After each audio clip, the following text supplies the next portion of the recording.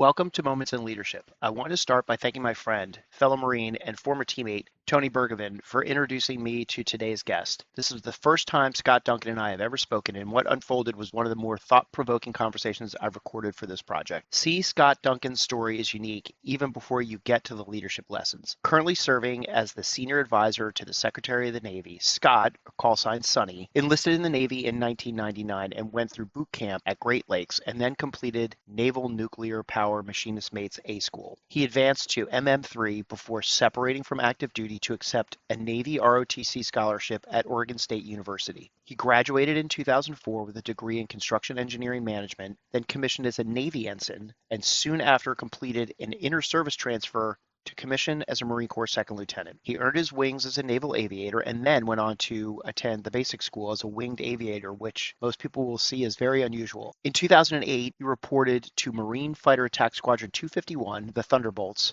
flying the FA-18 Charlie Hornet. And in that tour, he served in nearly every major pilot leadership billet and deployed twice with Carrier Strike Group 12 in support of Operation New Dawn, Operation Enduring Freedom, and other anti-piracy missions. He later became a wing-qualified landing signals officer, a graduate of Marine Aviation Weapons and Tactics Squadron 1, and then an instructor at the Navy Fighter Weapons School, and then an instructor at the Navy Weapons Fighter School, Top Gun, where he taught everything from standardization to surface-to-air threat and counter tactics. Then Major Duncan later transitioned to the F-35 community, completing the FRS syllabus with VMFAT 501, serving as chief instructor pilot, and then becoming a fully qualified F-35B instructor. He went on to a Service Chief Fellowship at DARPA, served as the Executive Officer for VMFAT 502 during its stand-up, and then became the TAC Air Department Head at VMX-1, where he also served as an Operational Test Director. He later stood up VMX-1's Tactics and Integration Department to Advanced Force Design 2030 and was slated to command both VMFA 311 and VMFA 225, the Marine Corps' newest F-35 squadrons. From 2021 until his retirement in 2023, he stood firm on his religious objections to the Department of Defense's COVID-19 mandate. His case became one of the highest profile refusal cases in the entire military. He advocated for thousands of service members, coordinated with Congress, appeared on national media, and pushed for accountability and policy correction. He ultimately retired honorably after 20 years of service, and today he serves as a senior advisor to the Secretary of the Navy. Now, before we get into today's conversation, I want to share a quick update for all the Supercast supporters who make this project possible.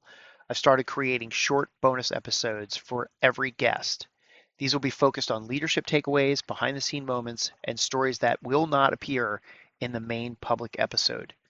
Supercast supporters have always received early access to every episode, but these new bonus tracks are an extra way for me to thank everyone who helps keep this project ad-free and sustainable. If you'd like early access, the bonus episodes, and to support the mission of developing emerging leaders, check out the Supercast link in my profile. And speaking of supporters, a huge thank you to Cole Kennedy, who joined at the hot wash level recently. I appreciate every single person back in this project. Your support directly offsets the real personal expenses of producing this show, and it helps me keep Moments in Leadership completely free of commercials. I also recently emailed all the Supercast supporters asking for mailing addresses so I could send out some swag. And if you missed that message, please email me directly at themilloffice@gmail.com or shoot me a DM on Instagram. I'll be sending out coins, patches, stickers, and batches over the next few weeks. So if you send me an email, I'm going to bundle it all up and make one trip to the post office. So you may not get it for a few weeks, but that's just a heads up. Okay, I was excited about how this episode turned out because it covers leadership under extreme pressure, conviction, culture, aviation, instructional excellence, moral decision-making, and what it means to stay grounded in values when the consequences are absolutely very real. So let's get into it. Finally, one last quick disclaimer. Mr. Duncan is speaking in his personal capacity. These are his views, and they do not represent the views of the Department of Defense nor the Department of the Navy. Welcome, Lieutenant Colonel retired Scott, call sign Sonny Duncan, now Mr. in the Pentagon, Yes, sir. performing the duties of the Assistant Secretary of the Navy for Manpower and Reserve Affairs. It's very impressive. So we were just joking that you have a longer name than what I just read. So why don't we start with how you get addressed in the Pentagon and how everybody figured out what your actual first name Oh, is. that's great. Well, a variety of ways I get addressed in Pentagon for sure, depending on who it is that you're asking. But when I showed up for the first several days, my first name is Christopher. And I actually had another good friend. He harassed me all the time. He was like, you can't trust anybody with 3 first names. So I've got my first name is Christopher, legal first name. I've always gone by my middle name, Scott. My call sign is Sonny, of course, last name Duncan. So the first few days, people were looking for Christopher, they were looking for Scott, and they were looking for Sonny, not realizing it was all the same individual. So that finally people were just like, listen, you gotta put this in your signature block and just level the playing field. Put it all down on there. And so I do put that C. Scott Sonny Duncan is what's on there. That's great. Yeah, it's pretty funny. That's good funny. stuff. Yeah. But you have also gone by in your past recruit and seaman and petty officer. That's correct. So yeah. let's start there because you started out with your career in the Navy enlisting. I did. No, you're right. So it was a fun juncture in life. I had graduated high school, grew up in Kansas City, had a wonderful background, wonderful high school experience. I went to college, and then like a variety of young men, I had a level of misdirection that I needed to snap in. And so I spent my first year at Kansas State University, and I drank myself right back out, basically is what happened. So at the end of that year, I said, you know what? There's a lot that needs to change in my life. And so what began really when I got back home was like, I recognize I'm not mature enough to be in this environment any longer. I need some discipline, and I need it in pretty short order. And so that's what I ended up doing. There were 2 directions. One was like, man, I need to have a goal in life, and I need to commit my life to the Lord in a way that is meaningful and matters. And so really, I said, if I could do anything in life, what would it be? And the goal was, okay, I'm going to try and fly jets off a carrier. And however it is, whether I get there or not, it doesn't matter. That's the direction we're going. So I was like a recruiter's dream. I walked into the Navy recruiter and I said, hey, I want to fly airplanes. And he was like, well, that's not exactly what we do here. But if you're willing, I love to talk to you for a little bit. And so I had a great relationship with him, great conversation with him. I said, listen, here's the deal. He said, that's an officer program. We don't do that here. You're going to have to go figure that part on your own. I said, well, that sounds like a deal. I said, I need discipline right now. So how about you sign me up for the discipline piece that you can provide, and I'll figure the rest of it out from here. And he said, that sounds like a deal. So we did a couple of tests. He said, how does naval nuclear power sound? I said, it sounds good to me. And so I stayed home for a few months waiting for boot camp to pay my father off with some money that I owed him, and then went off to boot camp. And it was while I was at boot camp and before I had simultaneously applied for an ROTC scholarship. And so I found out in boot camp that I got it. They pulled me in one day, and I was like, man, I'm in trouble. I don't even know what I've done. I come up to the only nice building at Great Lakes, and they said, hey, Scott, here's the deal. We just got this piece of paper that says you're supposed to go to an ROTC scholarship at Oregon State University. What would you like to do? Would you like to stay in boot camp, or would you like to leave? And I said, nope, I'd love to stay. So I stayed in boot camp, graduated. I went to Nuclear Field A School as a machinist mate, graduated, and was just about to start nuclear power school when basically the ROTC application overrides your enlisted commitment. And so I left and went to college. So were you still enlisted while you were in college, or did that end your enlistment? That ends the enlistment. So you never even got to petty officer. No, I did actually, only because I finished well enough in my class at the top. And so they had, for the nuclear pipeline session, I'm almost positive, if my memory serves me correctly, everybody who graduated at A school at the time. Okay. In the nuclear pipeline. So whether that was a machinist mate or like ET or whatever it was, you graduated as a 3rd class petty officer. And so I was MM3 Duncan for a very short time. And then became a midshipman with the traditional ROTC scholarship, because it was not on the merits of my enlisted career, although that did help me because Oregon State at the time was not going to let me in based on my grades at Kansas State. The Navy had to vouch for me to go to school. Okay. But no, it was a traditional ROTC scholarship. I was a midshipman. I was not there as an extension of my enlisted career. Gotcha. How much time total did you spend enlisted before you hit the ROTC? Only 9 months. Oh, okay. Yeah, just 9 months. So wow. Very short time. Basically boot camp and then right into ROTC. Boot camp, A school, and then right into ROTC is correct. Wow. Yeah. How long was A school then? Oh, gosh. Well, I mean, I graduated boot camp, I think, in March timeframe, and pretty much picked up in the same month for A school. And that took me all the way until August or September. So the nuclear pipeline is fairly long for any of the A schools, even as the precursor to power school. hard school? I got to Yeah, imagine. it was wonderful. I mean, it was great in the fact that it taught me how to study. It helped me refine some of the discipline that I needed, which was awesome. The Navy was fantastic in that regard. But yes, specifically, it taught me a good study technique that I use all throughout college successfully, and then also for my career in the military. Yeah. Yeah. Was there pressure on you to go nuclear power through ROTC? Like they're at every for people who didn't do ROTC, you and I know this, but for people who have never done ROTC, an ROTC unit will have officers with different careers, occupational MOSs, specialties. right? Yeah, and generally there's a submarine guy there on the staff. Then there was. So he must have been giving you some. No, he did. I mean, he definitely advocated for the submarine force all the time. Yeah, and he gave me a hard time for being like, you want to come to the side of the fence. But flying was always on the forefront of my mind. And even at that juncture in life, flying helped to serve as an objective to go towards. Right. It was, I mean, pretty soon after being there at Oregon State, the overarching transcendent principles that the military stood for completely overrode. Like, I still had the desire to fly, but at that point, it didn't matter where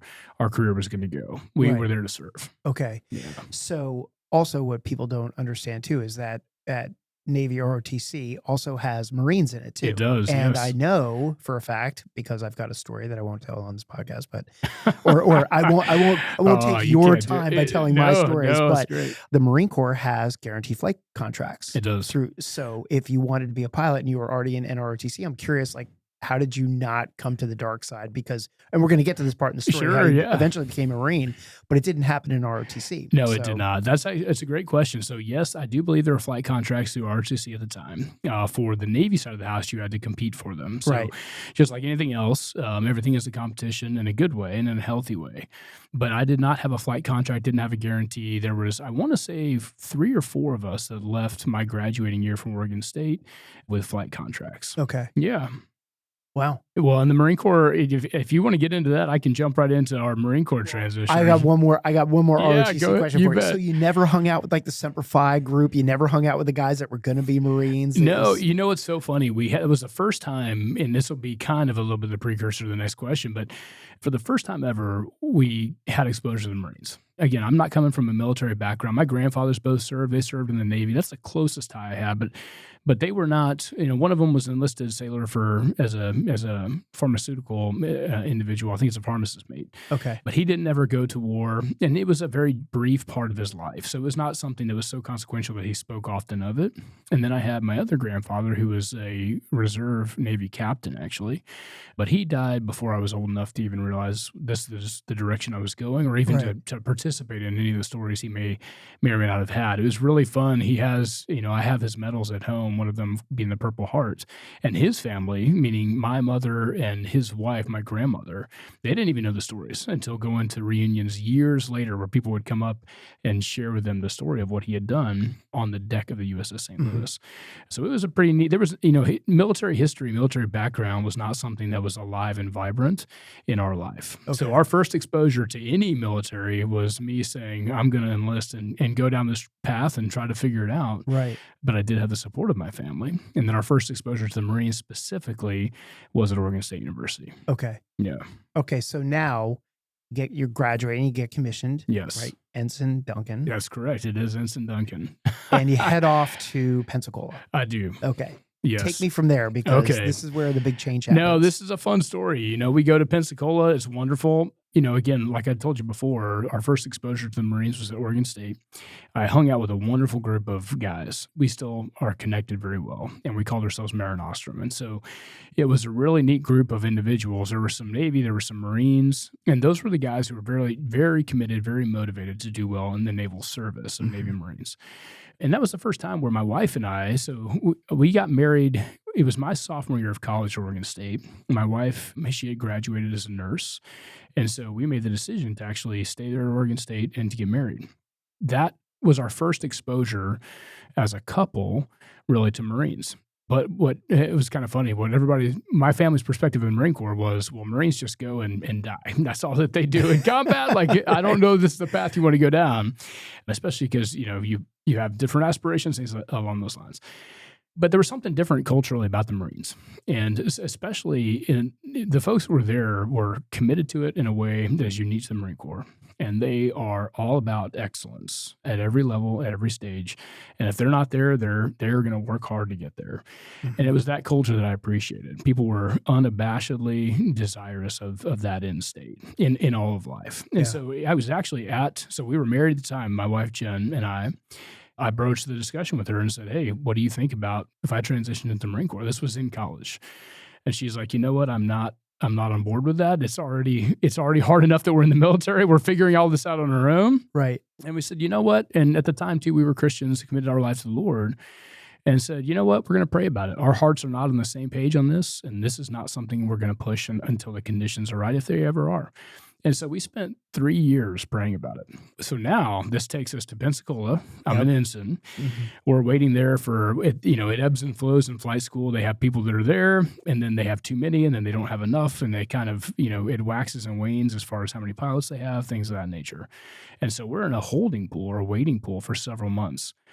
Well, while we're there, you know, everybody gets some random jobs. They just kind of, you know, have you participate in different things to help out for the several Counting months. basketballs in the gym. Well, we Right, did. Yes, I went to the Blue Angels though, and I was like, that's cool. yeah, I was Okay. like, please give me something to do, and they did, and that was fantastic. But it was during that time. It's a very funny story. My wife, we were pregnant with our first daughter. And so we went down, and there was a meeting called for all the naval officers. They said, everybody, no, it was both. Navy and Marines were all. So they said, everybody who's in the holding pool, come to the chapel tomorrow morning at 8 o'clock, 30-minute meeting. And my wife had a medical appointment for our daughter. And so I said, you know, honey, how about you just come with me? We'll go to this meeting. You know, it shouldn't last too long. We'll go straight from there to the medical appointment. And so we do. We go park. I'm there early. You know, I still have a fair amount of pride in my uniform and everything else. And I come walking in, and my wife, it's kind of humorous at this point now. We live on Whiting Field. She's met several Marine families, several Navy families.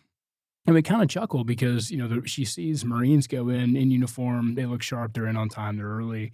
There's a lot of Navy guys that are coming in, you know, at the very tail end, maybe a little bit more disheveled than some of the other folks. And they're coming in a little bit late. And she's just kind of observing this.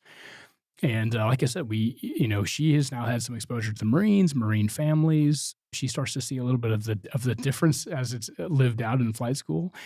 I go into this meeting in the chapel, and the leadership says, okay, there's 300 of you here. There's approximately 200 of you too many. We need to get rid of 200 people right now. Too many pilots. How did they get that wrong? Well, so it's not the first time. I don't think it'll be the last. I think they do a better job today. Right. But they basically said 10 years ago we did this, and what we did is we passed out 300 envelopes, and 200 of them said, thank you for your service. You're now a civilian. And the other 100 said, you're the one selected to stay. It was a random selection. And so they said, instead of doing that this time, we are going to set a bar. Well, first of all, they said golden handshake. Whoever wants a golden handshake, you can take it and have it, no matter what commissioning source you came from, no matter what degree program, even if we sent you through to your master's, if you want to be a civilian or a in Naval 3 Academy days. or Naval Academy, there were several Naval Academy guys who got their master's already, and they said, it's a golden handshake, you can leave. And so I want to say like 25 or 30 individuals took up that offer. Once they were done, they said, okay, of all the rest of you who are remaining, we're going to set the bar at 90% through API. API is the first, nothing but academic, a little bit of pool work and survival work, 8 weeks of the flight school curriculum. So what they said is, we're going to start the bar at 90%. It's largely academic. And then as the bar raises, whoever's above 90, and we're just going to keep letting that bar raise until we've met the cutoff. And then whoever has been able to have the highest test scores are going to be the ones who will be able to keep their pilot slots. So I hear this, and I'm like, man, you got to be kidding me, because I had been praying about an opportunity to become a Marine. Well, half the Marine equation is you have to get out of the Navy. They're not necessarily going to let you go. And I wasn't necessarily trying to do that. And then the other half would be the Marine Corps has to accept you. So I walked up to... And you've not been to TBS. Yeah, correct. So not been to TBS. So I walked up to the gentleman who's giving the brief. I'm like, listen, here's my background. You know, are you telling me that you will let me out of the Navy? I said, well, you know, yes, we're not necessarily looking to let go of guys with a background like yours. However, it's a challenging state. We just need to let folks go. And I said, okay, well, let me get back to you. So I go into the car. My wife has no idea what meeting has just transpired. Right. When I walk in the car, she goes, you know what, Scott? I think I get it. I think I understand why you want to be a Marine. And she was like, you have my blessing to do it. Wow. So she has no idea what just happened in that chapel. Yeah. I come out, I'm like, I can't believe she just said that. And it was not preempted by me at all. We get in the car, we go to our doctor's appointment. And then when we come back from the doctor's appointment, I go back onto the base and I go to the MATSIG, the Marine Aviation Training Support Group. And I walk into MATSIG, and I'm in a Navy uniform, and I don't even get a chance to speak. MATSIG is like, get out of here. And I was like, wait, can I talk to somebody? And they're like, no. They're like, 5 of your buddies already showed up this morning. You want to know that if you fail out as a Navy guy, because again, you had to compete for your Navy pilot slot. Mm-hmm. So they said 4 of your buddies or 5 of your buddies already came in here, and we're not interested if you fail out for you to become a Marine pilot. And I said, well, I'm not really sure. Yeah, but which again, totally get it. But that's not what that's not what I was coming to propose. And so I said, no, I understand that. I said, but here's the deal. We're serious enough. And I say we, meaning my wife and I, it's not the mouse in my pocket. And I said, we're serious enough about this that if it means not flying, we're happy to do it. And the guy's like, okay, well, I'll tell you what, here's the deal. Come back tomorrow, run a PFT. And if you're serious, we'll start talking about it. So I come back the next day, I run the PFT. That afternoon, I talk with some officers that are there to find out what the process would even be to try to be a Marine. And they were like, well, you're going to have to do an inter-service transfer. I said, okay, what does that look like? What's the package? So sure enough, they said, well, if you're serious, we'll help you out. So they started helping me out. Okay. So that was Monday, I think, was the meeting. Tuesday, we're putting a PFT is done and we're putting a package together. And they said, okay, well, you need to meet with our Marine colonel to determine if you really want to do this, what you're asking for. And so that sounds great. So I meet with a lieutenant colonel beforehand. He was like, okay, it looks like your package is done. Like, we're ready to submit this inter-service transfer package, which is a year-long process in and of itself. And they said, you're going to go talk to Colonel Bearclaw as the Colonel Massig. I go in and sit with him, and he's like, are you sure you want to do this? This could mean X, Y, and Z. I said, yep, we want to do it. We're serious about it. He said, okay. And what I had no idea about at the time was that Colonel Bearclaw was the president of an inter-service transfer board that was meeting on Monday. Okay. And this specifically was to address a shortage of Marine pilots for helicopters. And so he walked in on Monday in Quantico for this inter-service transfer board. He had my package in hand, and I haven't even started flight school yet. And he goes, this one is one of our 10. So they selected 10 people, and a message came out with my name on it. So the fascinating part about that is my wife and I prayed for 3 years together, and our hearts were not on the same page. We patiently waited on the Lord for 3 years. And then once literally the day that it just determined, you know what, our hearts are on the same page. In 1 week, our package was up in Quantico, and in less than a month, I basically had the paperwork done, and I was a Marine. No kidding. Yes. It was a rare, out-of-place inter-service transfer board that was, and it specifically said these individuals have been selected for helicopters. So we thought, even though the whole time I was going through the first part of flight school, that we were committed to helicopters because our name was on that list. So I did API as a naval aviator, as a Navy officer. The paperwork caught up 1 year. They were like, we're going to marry it up to your original commission date, so May. So I finished API, did well enough to keep my pilot slot. So the Marine said, you know what, since you're already here at flight school, why don't you just finish flight school, which I did, and then go to TBS after, which is what I did.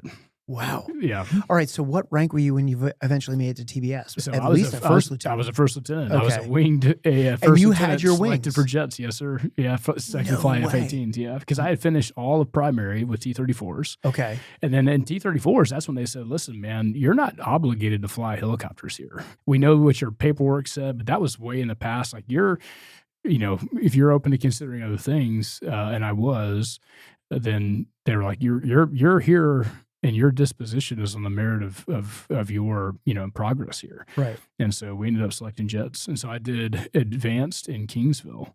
And after I did advanced in Kingsville, I went straight from there to Quantico to go to TBS. Oh, wow. Yeah.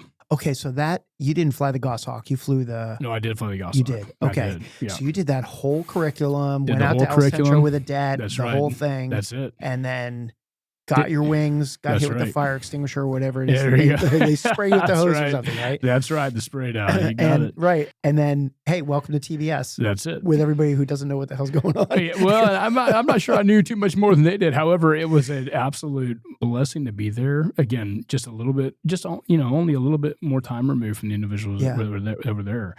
But like I said before, we were interested in being Marines that was first and foremost. Yeah. And so it was a joy to be there. And I learned a tremendous amount. I had a great time. It was a wonderful training evolution. I didn't appreciate how good of a time it was while I was there. Oh, sure. You Yeah. know, you look back on, I'm 58 now, I look back on it now, I'm like, if I was physically capable of doing TBS again, I'll bet you I would have enjoyed doing it again a second time. But, anyway, to go through it like that, that's really interesting. So basically, when I start the podcast out, start an interview out, I always ask, like, what was second lieutenant you like? Yes.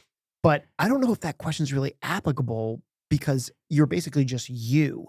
So my question to you, it's not so much like what was second lieutenant Duncan like, but like, what were some of the things that you learned? And let me just pause for a second because people, everybody's going to be like, okay, Armstrong finally got a Marine jet guy on here, right? So like all the kids at TBS, all the lieutenants at TBS right now are like, okay, we want to get the inside track of what it's like. What are we heading into? Well, you got to keep in mind that my infantry buddies consider me a leadership failure. They're like, that's why you had to go aviation, right? And I'm like, oh, okay, I see where this is going to go. Exactly. Get that out there right now. I'm sure you still do. Oh yeah. But people who are listening to this are going to try to sort of glean some sort of hack or something. But so my question is more about what were some of the things that you learned about early on in your career going through flight school? And I would even call that some mental adversity. Sure. Right. Because flight school is hard enough without hey, we're kicking 200 guys out anyway. Sure. And you made it all the way to jets. Sure. So that, what were some of the things that you learned that could convey over to some of these lieutenants and ensigns that are heading off to flight school who could face some sort of adversity like that, or even the adversity of like, they just didn't make it through the academics or they're not going to be pilots. Yeah, you bet. So there's a handful of things there, I think, that are good lessons that it doesn't matter where you are in the second lieutenant, first lieutenant, early captain stages. And there are lessons that I have to put into practice today. So back to the adversity piece. Adversity, you should expect it.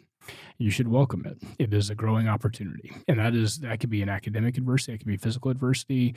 The Marine Corps is a blessing in so many ways. And one of those ways is the fact that it gives you the opportunity to face adversity on a fairly regular basis.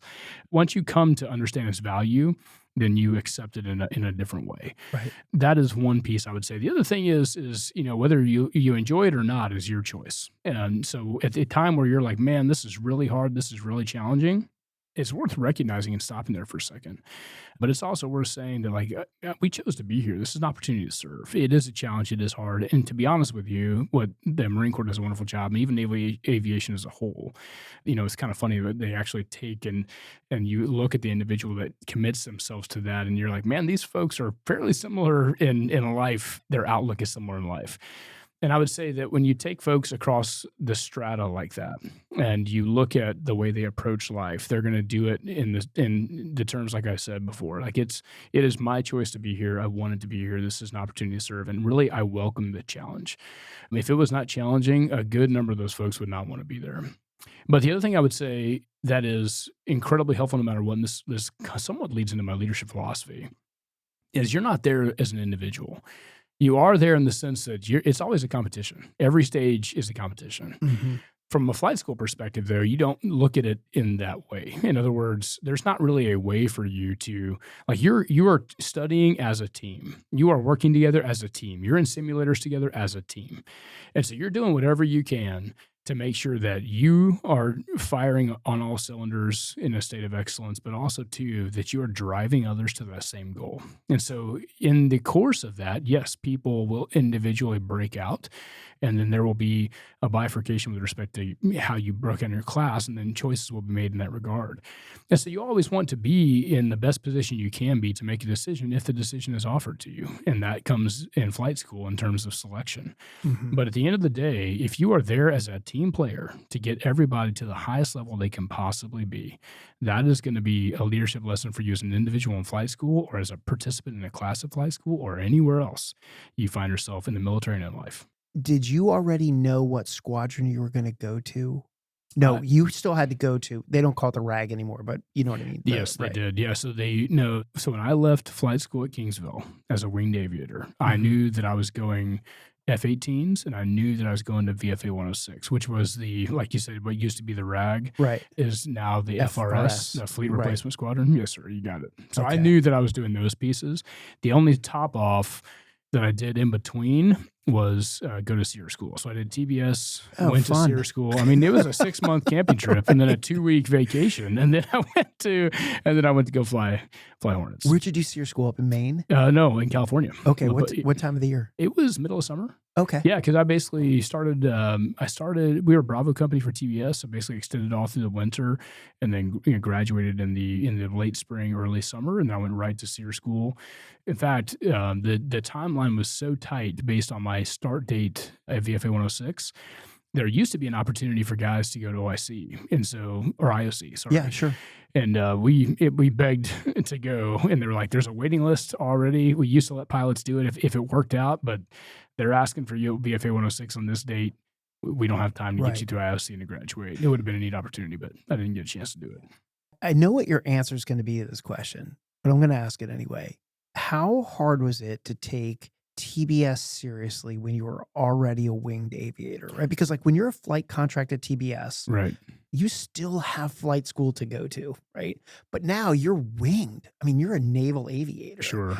And there's the 15-mile hikes and you're like, was there a moment where you're just pulling your hair out where you're like, God, just get me out of here? Or no, like, you know what? I think we were, again, back to the previous comment, flying in the Marine Corps was not what drove us to the Marine Corps. And so TBS was a blessing in many ways.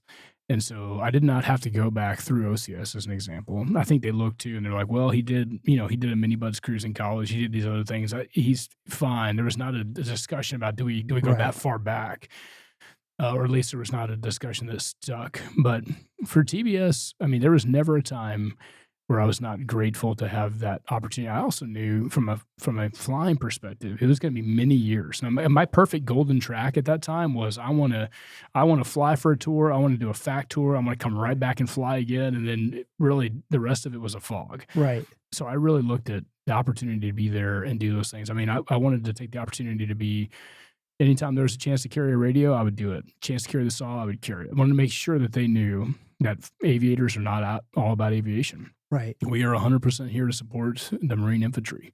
And I wanted to make it clear in their minds that was the case. I forget in your bio if you were a FAC. I don't recall seeing. I was not a FAC. No, okay. that was the original plan. Right. Okay. All right. It did not survive contact. I'm an Anglico guy. That's why I was going to. Oh, good. No, that's great. Sticking on the cultural choice for a second, you and your wife made this, really clear choice to transfer into the Marine Corps. I mean, frankly, even if it never meant flying again, right? Because you wanted to be a part of the Marine Corps culture. So for emerging leaders, what can they learn from you about choosing culture and values over perks or career guarantees? Because some kids can walk into the Army recruiter's office and they can say, you're guaranteed to go to 82nd Airborne and jump school, or you're whatever. Yeah, sure. So I think you will never be wrong if you have an understanding of what drives you, what motivates you. And again, I'm just reiterating to you what mentors have said to me in the past. You're never going to be wrong if you understand what motivates you, what drives you, and you are in an organization that fits along those lines, has those same objectives, is driving to that same direction. Mm-hmm. And so if you are driven by perks, if you're driven by money, if you're driven by those things, then you know what? The Marine Corps is probably not the organization for you. Right. But if you are driven by a culture built on tremendous history, a culture built on excellence, esprit de corps, that actually takes, at the time specifically, the core values seriously, especially the Marines that were mentors of mine, then that's the organization you want to be a part of. And then it becomes pretty clear which organization is going to be the most challenging organization that espouses those things.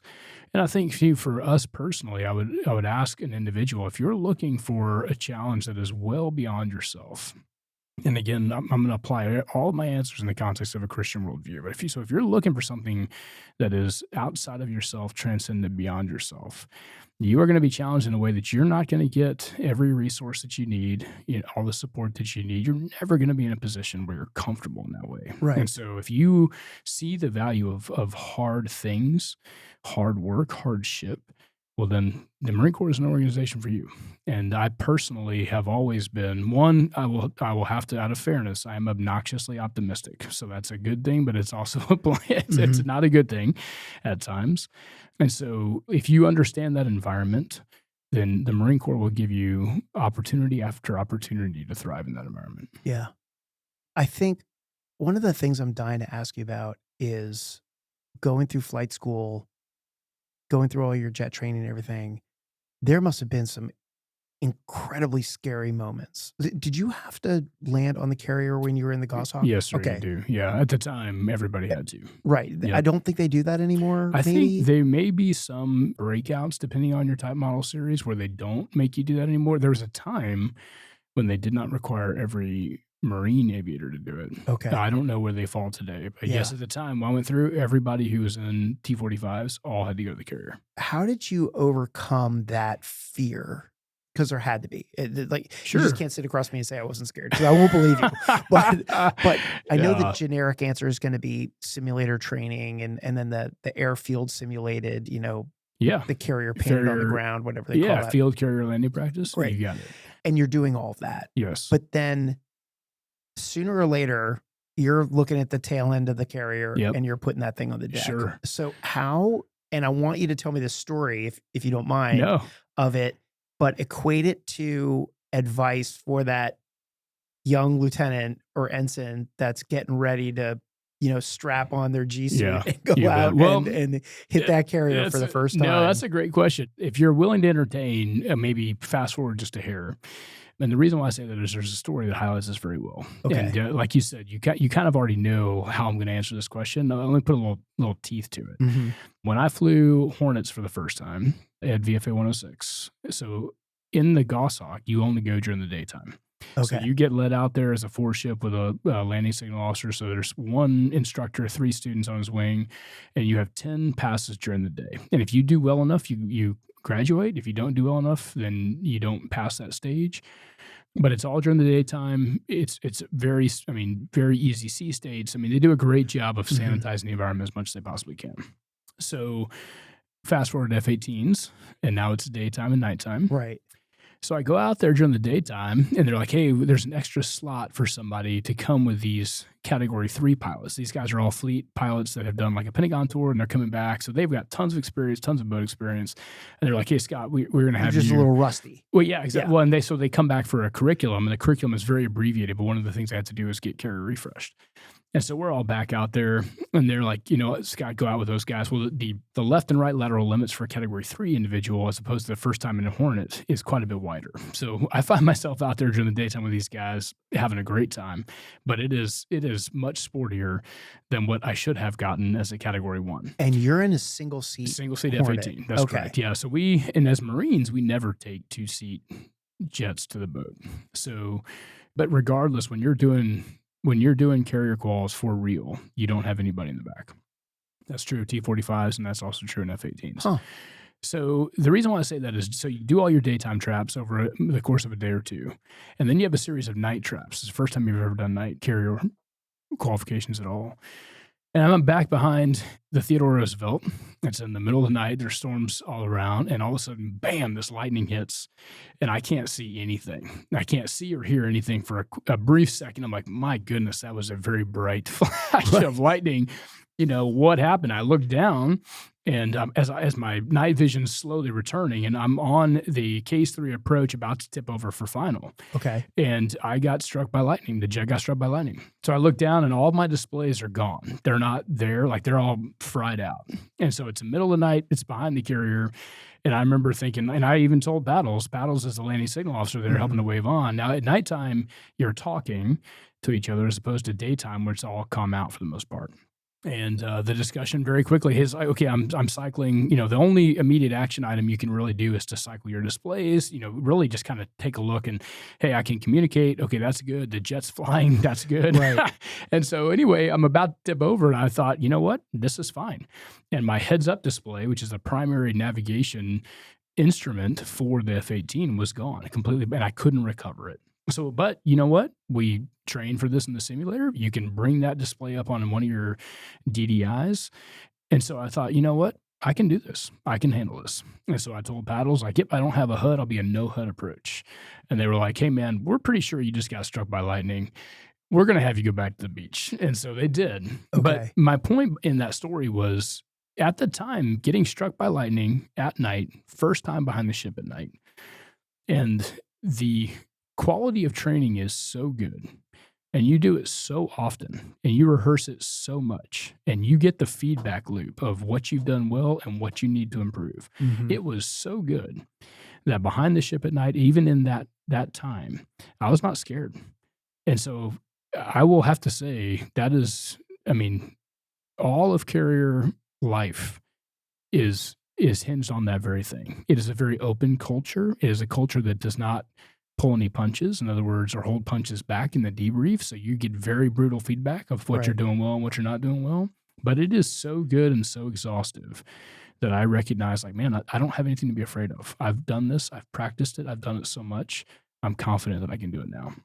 One of the interesting things I've learned about the aviation community is, because my only claim to fame with the aviation community is I have taken off in a plane 64 more times than I've landed in one because I was in the airborne unit. Okay, that's about great, all I yeah. can really say. Oh, that's good. But one of the things I find so fascinating about the aviation community is that you all are so great at debriefing and not take it personally. Like, the Yep, that's aviation right. community has just absolutely mastered that. My belief of that is reinforced by watching some like Blue Angel documentaries and things, how they sit down and talk about it, you know. So Sure. I've seen it kind of on documentaries, but I also know about it from my personal friends, how great you guys are. I mean, there's just no punches pulled. Correct. And I feel like, my God, if I had been debriefed like that, I think I would have gotten really defensive and angry and things like that. I don't think that has anything to do with me being a ground person. How does the aviation community instill that or imbue that culturally with humans who naturally get defensive, Sure. especially in a competitive, Yep. I mean, aviation's not like a wallflower kind of thing. Sure. So like, how do you train those officers and young officers and maybe even older officers to just chill out and listen and not Yeah. get defensive and really learn from it? Well, it's culture. And so I was very fortunate. My entire time flying jets, single seat jets, the only 2-seat time I had an opportunity to fly with some of those folks was at teaching in Fallon.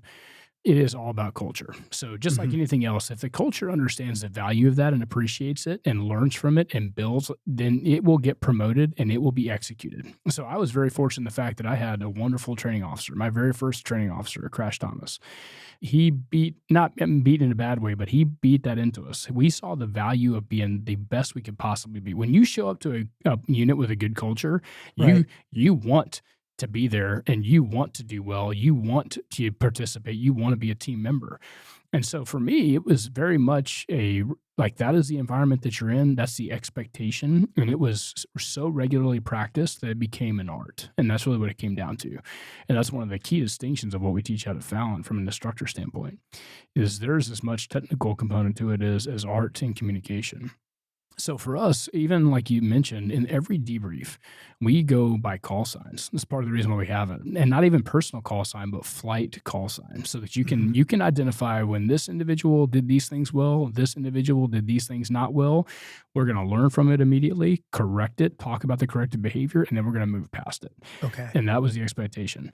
And at the time, too, we were very fortunate in the fact that we got enough repetition in the airplane or in the simulators, especially in those young growth stages, that you were able to functionally say, look, these are the radar mechanics that should have been done. This is what you did. And you'd watch it in real time on the tape. This is what you do to correct it. Are there any questions? Nope. Move on to the next item. And then you would get an opportunity the next day to correct it. Wow. Interesting. Help me recall from your bio, were you a student at WTI or were you an instructor there? No, so WTI at the MOTS 1 Weapons and Tactics Instructor course, I went through as a student. So, okay.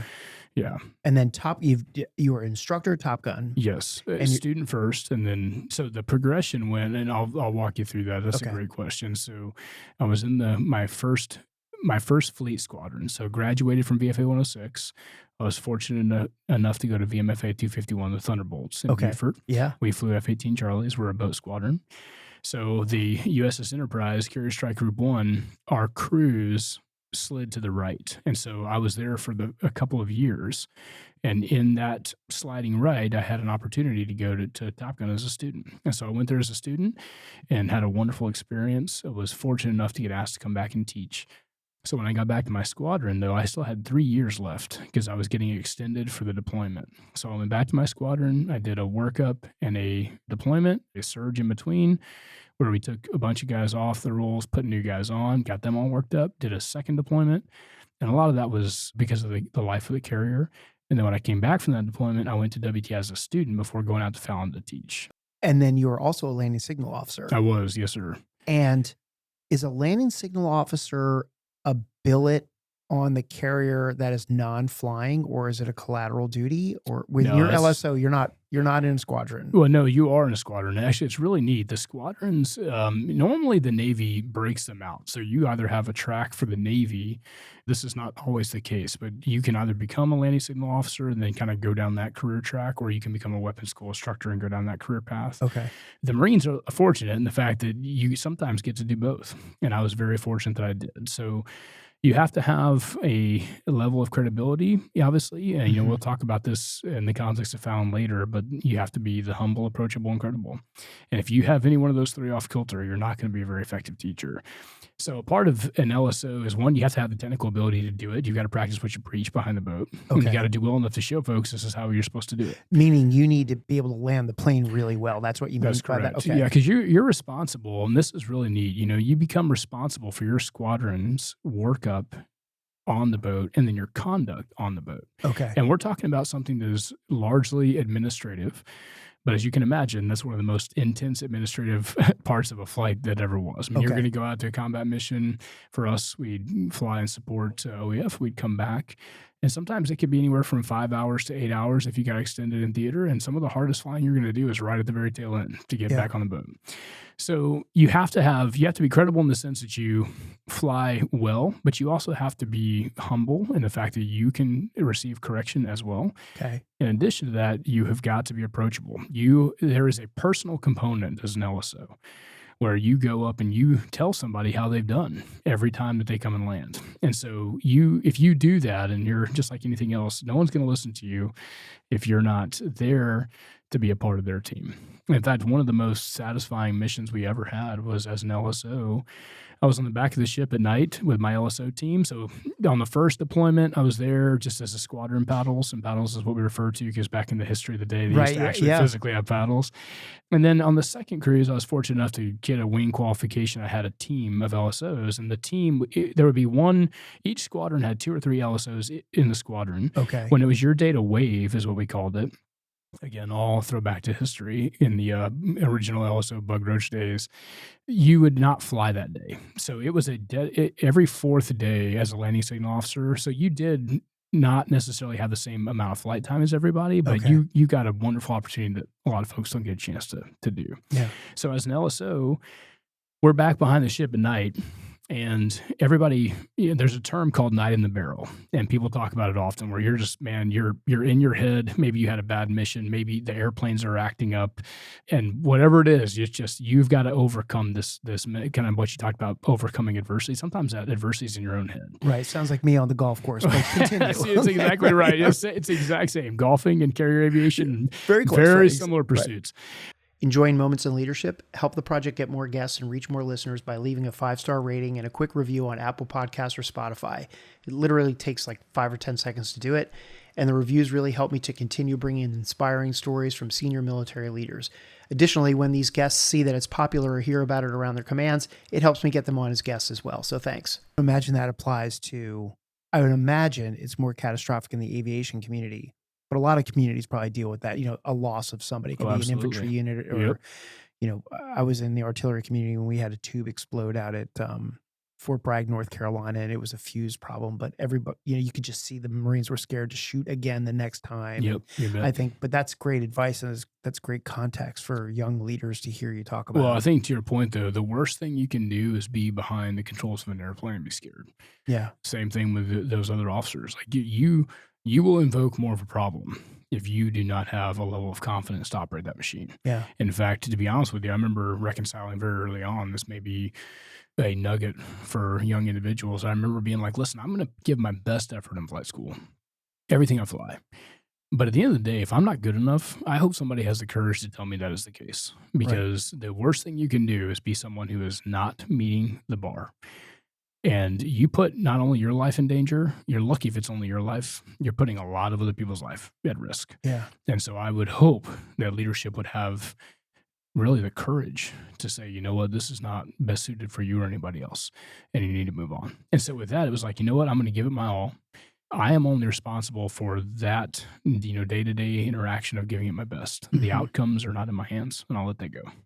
What sort of advice do you have to give young and emerging leaders about dispensing the after action? Because as the LSO, you went down and you debriefed all those. What were some tactics, techniques, and procedures, if you will, about delivering effective feedback to somebody in a way that doesn't make them defensive?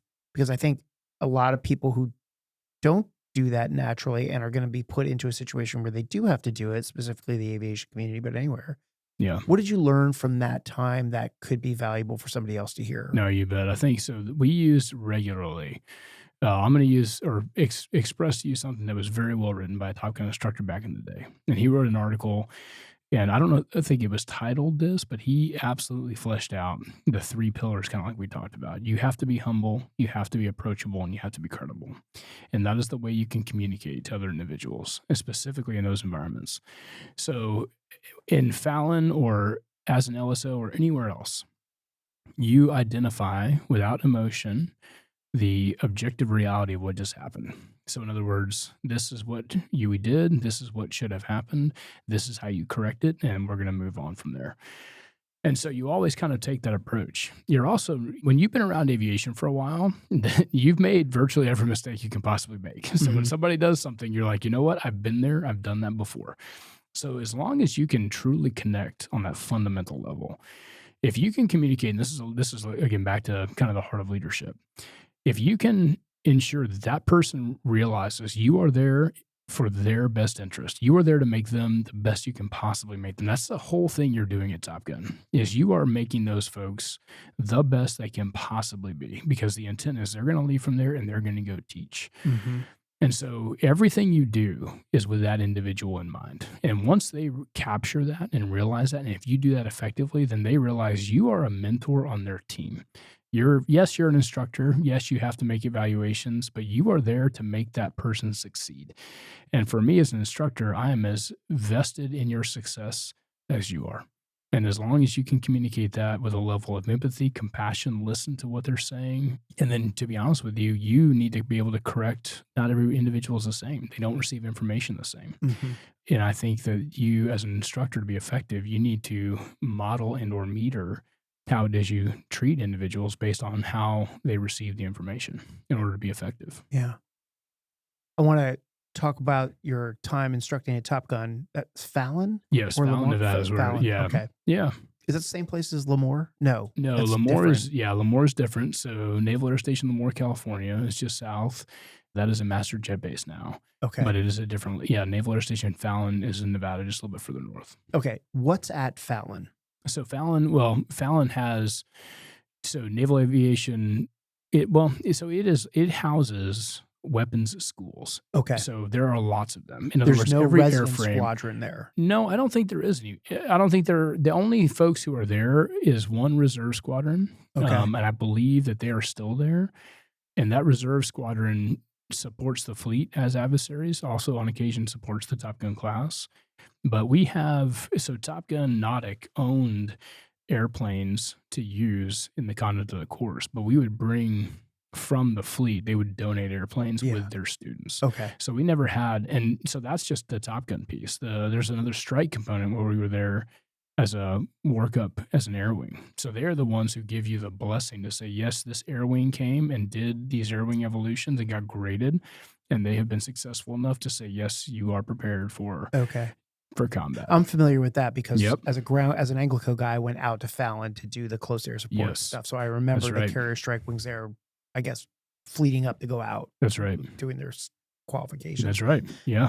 So in Top Gun, if your squadron sends you to Top Gun, do you go there with your plane? So you do, and you so often too, based on the health of the fleet, some squadrons are in a better position to be able to offer up an airplane. Okay. The squadron and the Marine Air Group, which is the entity, the one echelon above the squadron level, they often will pool their resources together, because if you come back as a strike fighter tactics instructor as a graduate of Top Gun, you're not just teaching your squadron. I mean, that the expectation is you're going to go and teach every opportunity you can. Yeah. And so it's an investment. It's a larger investment than just the squadron often. And my commanding officers looked at it that way. Every weapons school person we sent, the expectation is that person's going to go and they are going to give back tenfold at least to everybody they possibly can. So the reason why I say that is Marines and the Navy often would pool resources together. But generally speaking, you would have an individual from a squadron and a jet or two from that squadron as well. Okay. Now, while you're there in the course, you could fly any of the airplanes that are there, except for the fact that the Navy guys always flew the Super Hornets unless they're... So in other words, the only folks that are there that can fly a Legacy Hornet and a Super Hornet simultaneously are the instructors. That makes sense. That's right. I was asking that question because I'm just curious about the leadership challenge that probably takes place at the school, because you're not bringing your maintainers with that one jet. So That's correct. There's maintainers there. And now all of a sudden, like, oh God, we got all these new aircraft here because all the other ones just left. Yes. Now this new class is coming in with all their... What sort of frustrations existed at a leadership level there? I guess I'm asking you that question from the standpoint of when you were an instructor there, because you probably saw that side of it. Yes, but yeah, you bet. what were some of the things that were a struggle from that perspective? Well, I think the biggest struggle, you do have some maintainers that come out, so it's not, so there is a complement. There will be airplanes come, some instructors come, and then there's a whole entity out there who manages the maintenance of those. And so I think one of the biggest challenges they have, so for me, I had an opportunity to be that liaison, that maintenance liaison for a while. As an instructor pilot, you're there ensuring that the jets are showing up, they're healthy, they're being maintained. You're also taking individuals. I mean, from being in a unit, you have a tight level of cohesive, like you are a cohesive unit. And so when you take, representatives across the fleet, even though there are standards and they're doing things in a standard fashion, they still have to gel well over the course of a 3-month period for the class. So I think the biggest challenge is the material readiness of the airplanes when they're there, to make sure that they're operating at the top functional level, because that's the other piece about Fallon, is that you're flying the most well-represented aircraft in the fleet. You have to have the combat systems. You have to have things where on occasion back at home in a training environment, you may not have to have every system functioning perfectly. When you're in the class, the intent is that you know the system so well, you teach to them, you need to have them accessible. You can't accept really much, if any, degradation in the airplane itself. That makes sense. So I think that's the biggest challenge. So as a student there, what's the single biggest lesson you learned about yourself that you didn't know about yourself walking into that course? Oh, that's a good question. I will tell you, one good friend of mine, Victor Azio, who was an instructor there, he was with me in 251. We were very fortunate in our squadron. We sent several folks to courses and had an opportunity to teach. He was teaching when I got there. And he gave me the advice before I went. And he was like, if you don't bring your A game for 1 second, you'll get crushed. Okay. And that is the truth. So if you think for once, and I'm sure there's a time where I may wanted to throw myself a little pity party, and the second you do that and you're off your guard, you get crushed. And it was a good thing to recognize. The other thing is back to the culture, like we discussed before. The culture that's there is at such a wonderfully high level. And I say wonderfully because those folks are, contrary to what you see often in the movies, these folks are all about being the best they can so that they can make you the best that you can be. If you relax off that standard for 1 second, you are going to be in a bad place. And so the nice thing is as a class, we could shore each other up in that regard. Because if one person was down because of an event that didn't go so well or whatever, then you had a class that could rally around those folks and get them up. So I think the biggest thing that I learned was I had a larger capacity for instruction. I had a wealth of body to learn, but I also recognized like you cannot afford to not have anything less than your A game. Now, from the perspective as an instructor, to the extent that there is any such thing as a failure at Top Gun as a student, were there any sort of foundational characteristic that contributed to people failing or not doing well or not performing to their standard? Was there a certain characteristic that or personality trait that was definable? Not necessarily one that was consistent across the entire board. There were some folks who just could not meet the standard, and we would also give them as many opportunities as we possibly could. And so if an individual was moved out of the Top Gun course, when that action finally took place, it was not the first time they'd been talked to about it. Yeah. So we were very open, very honest, very transparent with our feedback in an effort to make them as good as you possibly can. And so one thing that was not surprising in one sense, but at the time a little bit surprising, was back to that humble, approachable, and credible piece.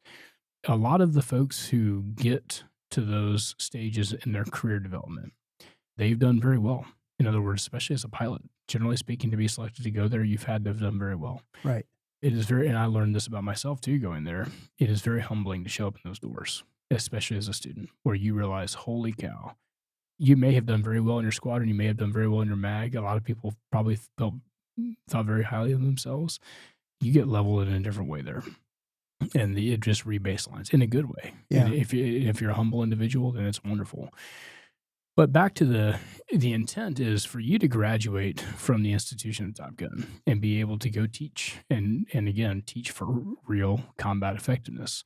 If you can't teach, then you're not going to be an effective instructor. And so there are occasions where the person, has a pretty decent skill set, probably could have got there, but they are so abrasive or they are so full of themselves. They're not effective teachers. Right. And so we've had to, on occasion, people are receptive to that criticism. On occasion, some folks are not.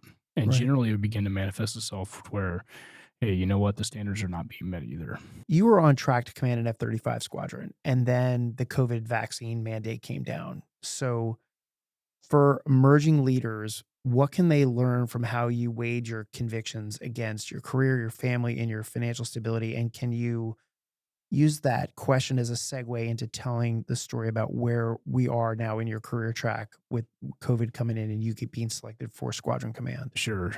Well, I think one of the biggest lessons we learned is that we look back on our time for COVID and how challenging it was.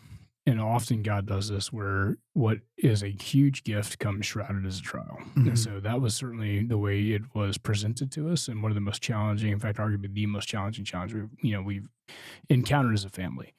What I would tell you from a lesson standpoint is you are never going to be wrong if you follow your convictions. And I can tell you right now, I'll fast forward to where I'm at today as an example, and I regularly have folks come up to me, still to this day, and they will say things like, you know what, Scott, you took your stand. I didn't have the courage to do it.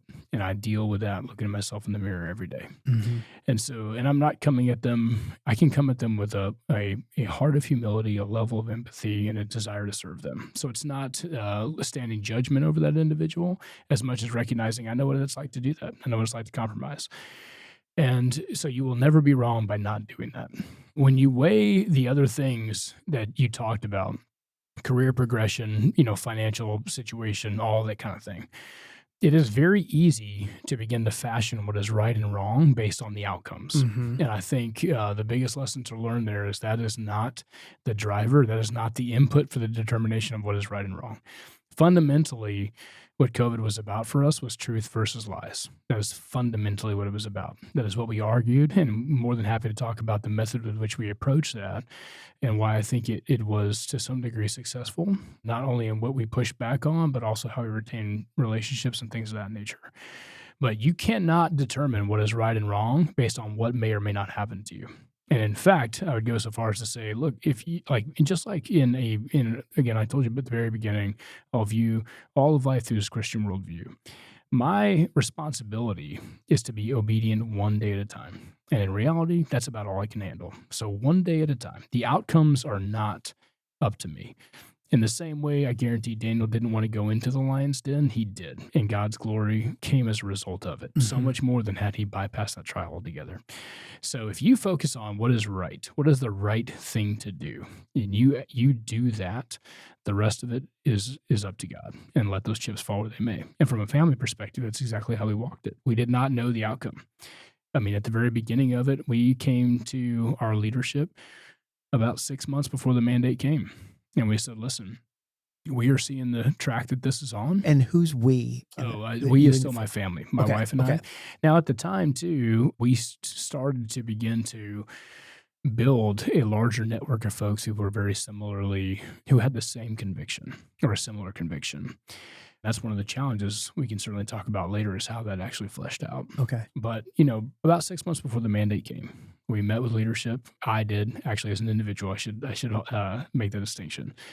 And said, listen, we're concerned about the direction this is going. We're concerned about the narrative. We don't believe that it stands on any ground whatsoever. In other words, there is a moral case, there is a legal case, there's a constitutional case, and a medical efficacy case, none of which it survives. And so therefore, one, we're not going to participate in it, just so you're not surprised. And two, we're going to be actively involved in seeing it corrected. Right. And I'll never forget, wonderful gentleman. But he was like, you know what? There's no way this will be a big deal. It'll be just like the flu shot. Once the squadron reports that they're 85% or 90% complete, then we're done. I don't think they're going to be able to force it on you, that sort of thing. Okay. And we said, gosh, I remember walking away from that meeting going, he does not realize how big of a deal this actually is. Yeah. And where were you? You were on track to get a squadron. Let me back up just a hair to give. So I leave Fallon, Nevada. I transfer to F-35. So I'm accepted for a selection to F-35s. So I go to VMFAT 501, which is the FRS for F-35s. Okay. I participate as a student to learn to fly the jet. I stay on as the operations officer and the chief instructor pilot. And then I leave there and I go to VMX-1, which is our operational test and evaluation squadron. Okay. I check in there as the TAC Air Department head. And after the first years, when I first come up to slate, I get meritoriously reordered for promotion to lieutenant colonel. And then when that happens, that first look slate, I get slated to command, at the time, VMFA 311, which is going to be an F-35C squadron. And the C is the carrier-based version. This is the carrier-based version. Now, at the time, that squadron ended up not having enough pilots and maintainers to stand up on time. And so they delayed the stand-up of that squadron by a year. So in the interim, the next year, they reslated me for VMFA 225, which is an F-35B squadron in Yuma. Yeah, right. What's their call sign? The Vikings. Vikings, yeah. That's right. So the Tomcats was the first, and I went to and then the Vikings was what ended up getting slated. Okay. Yeah, I've been on the other end of the radio from Vikings a lot. Yeah, have you? So, yeah. Yeah, no, that's great. So anyway, that's where we were when the mandate happened is I'm slated to command, very excited. I mean, this is a lifetime trying to get to that goal. Okay. Or not a lifetime, I'm sorry. Well, but my entire professional career. Right, That's right. That's right. I didn't grow up wanting to be in the military. So anyway, that was very excited to serve in that capacity. It's a natural course of action, design command. So anyway, when the COVID mandate hit, that's what brought all those things into question. And so back to your original question of what is the takeaway? The takeaway is you stand by your convictions. That is answer number one. And certainly from a Christian perspective, what is right and wrong, and you stand by that piece, and then you will have an internal peace. And that's the thing is God promises a peace that surpasses all understanding. We felt that in a very real, tangible sense. So around us for many months, all morning on the phone with folks, all night on the phone with folks, trying to connect people. Also we also told not only just our leadership, well, I called all of our family members, our mentors, and told them all personally, thank you for all that you've done for our career. I'm not trying to throw this away. I'm just letting you know that this conviction is serious enough, and I believe the consequences are likely going to be serious enough against us that I want you to know I'm more concerned. We may disagree, but I'm more concerned about our relationship than anything else going forward. And so that was several months of very challenging conversations, especially when nobody fashioned an argument against the moral question. Everybody made one point for the most part. And I say that just because there's a couple of minor distinctions. They wanted me to do it so I didn't lose my job. Okay. Which to me was fundamentally, I was like, listen to what you're saying. I remember a meeting with a House representative in Arizona. And I sat down and he said, I encouraged my son to take this shot so he didn't have any impact for his business. And I was like, listen to what you're saying. Like, you're going to make a medical decision with your body based on finances, based on keeping your job.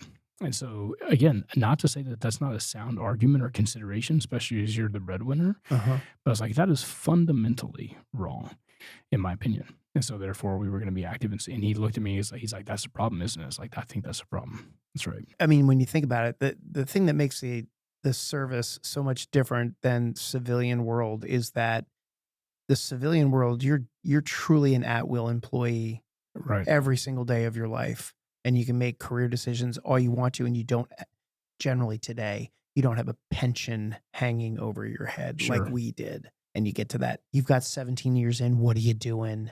Are you sure you want to do this when you have 18 years? Yeah. So, no, it's all those points, though. And this is what became really, really solidifying for a lot of folks is the merit.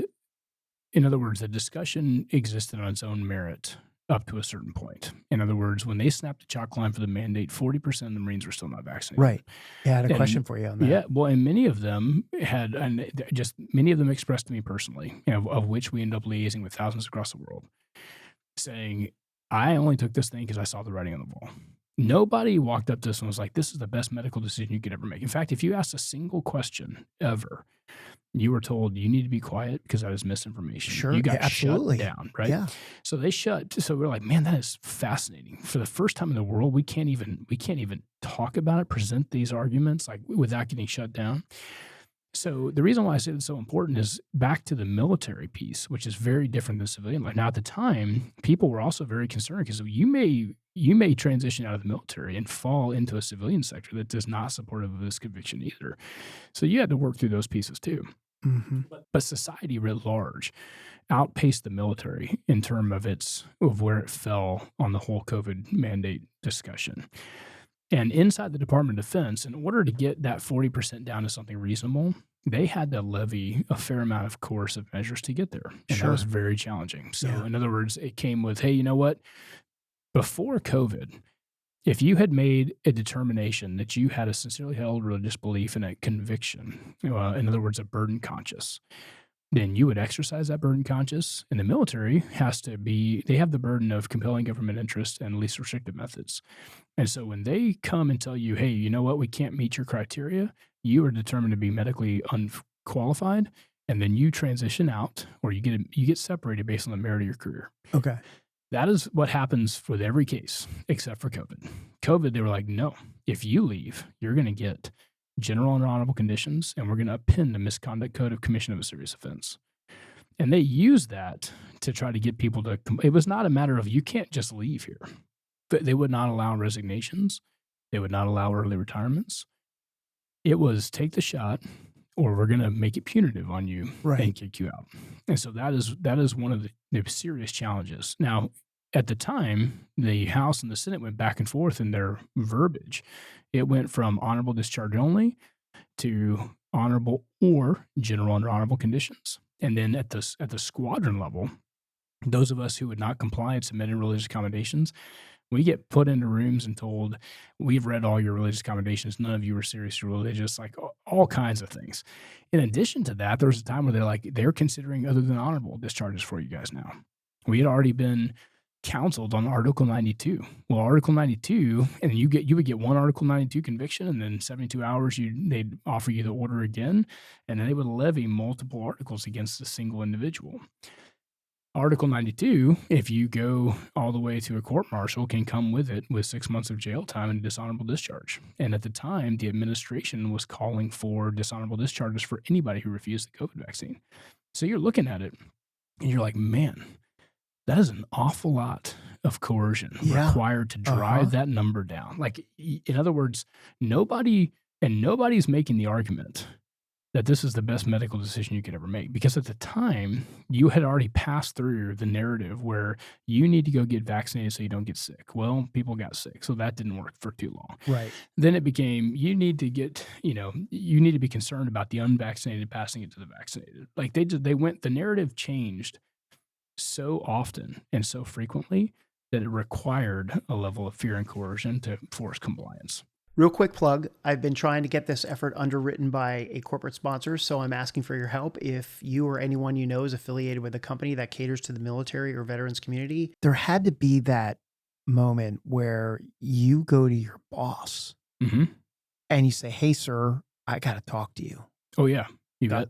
I'm not doing this. Yep.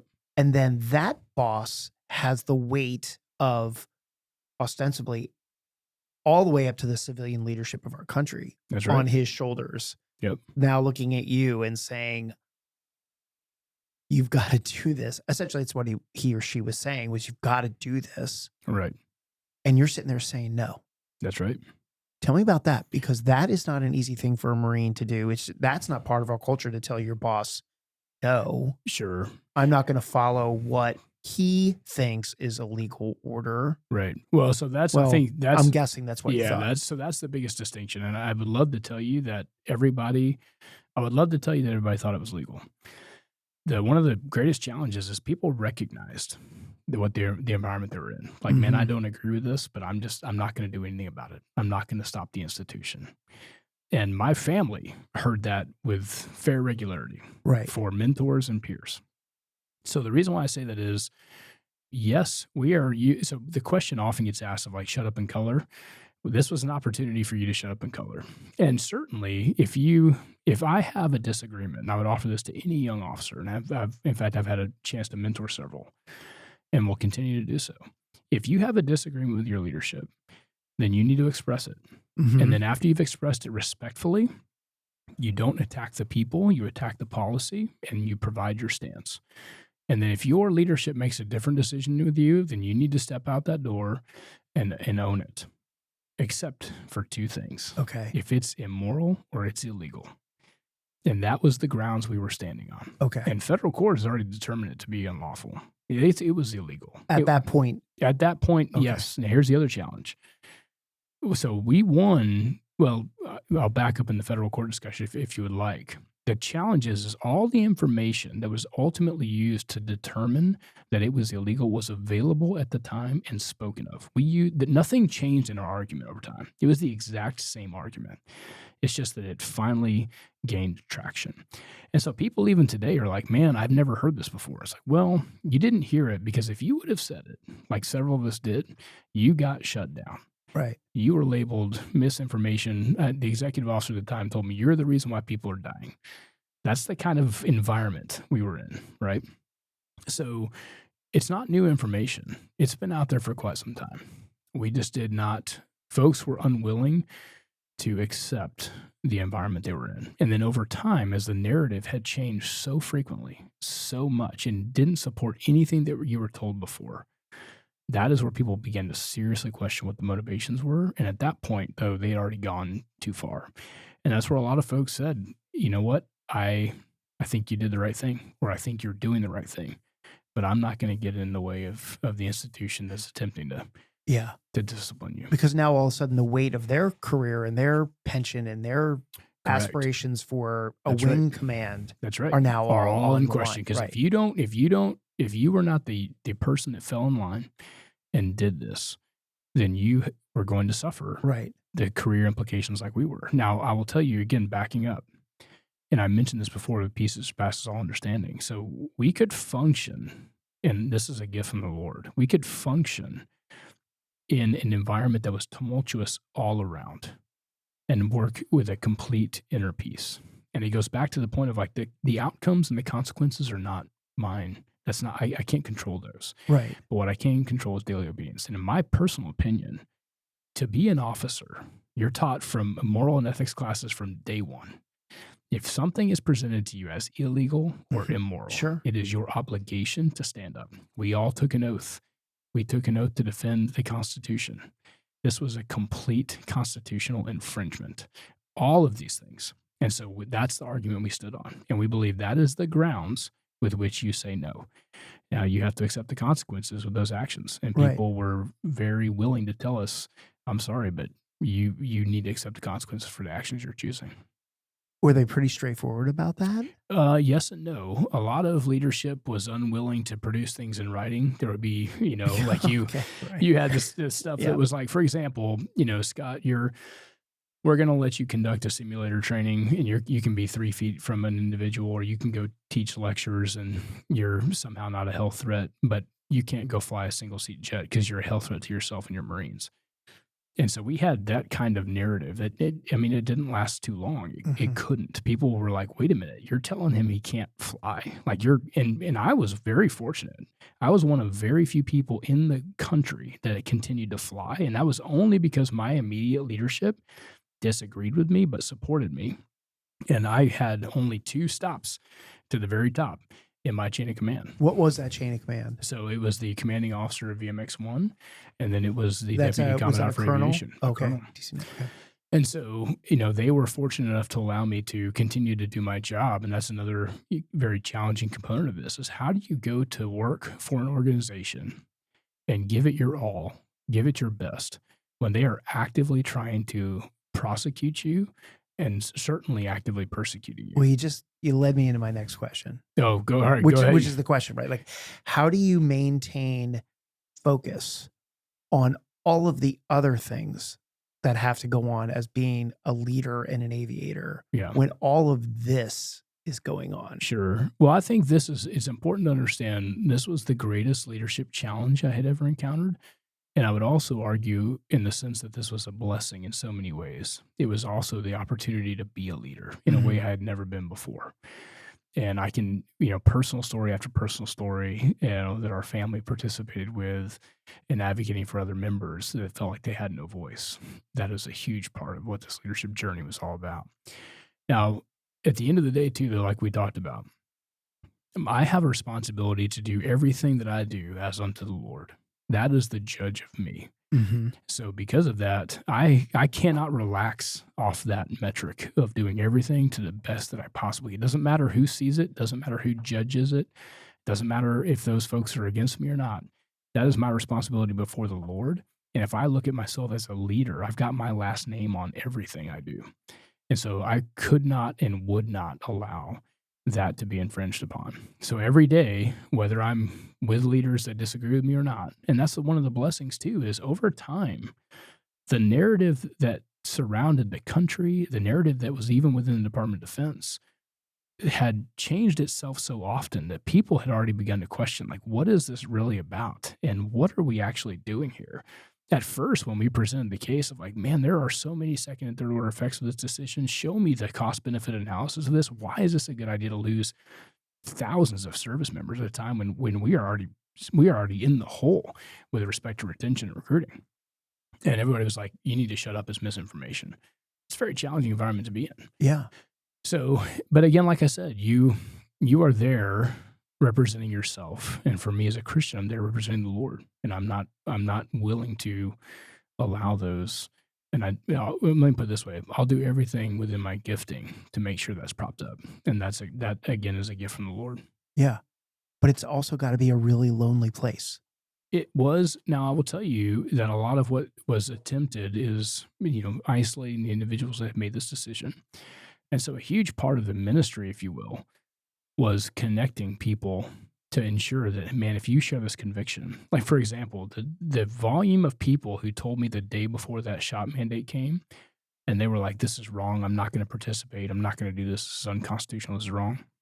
And as soon as they started saying things like, well, we don't really know what's going to happen to you. You may get an other than honorable. You may lose your job. We may have to give you a dishonorable day. And they just would throw it out there. And that creates a level of chaos.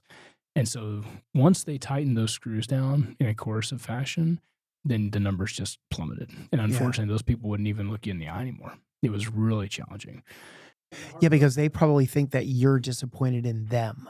Well, I think, at the end of the day, I remember walking in the squadron when the mandate first day, and there were 2 lines. And there was one line that had everybody in it. And that was the line for you if you were going to take the shot. And then there was another line, and that was the line for you if you were going to refuse. And I remember walking past that line and challenged in the sense that I was very frustrated with the decisions that were being made, but also with the perfect inner peace. Back to one of the early questions you asked, conviction. I was making that decision based on truth versus lies and conviction. And so therefore, I was not going to waver. And that was not Scott's power. That was confidence in who the Lord is.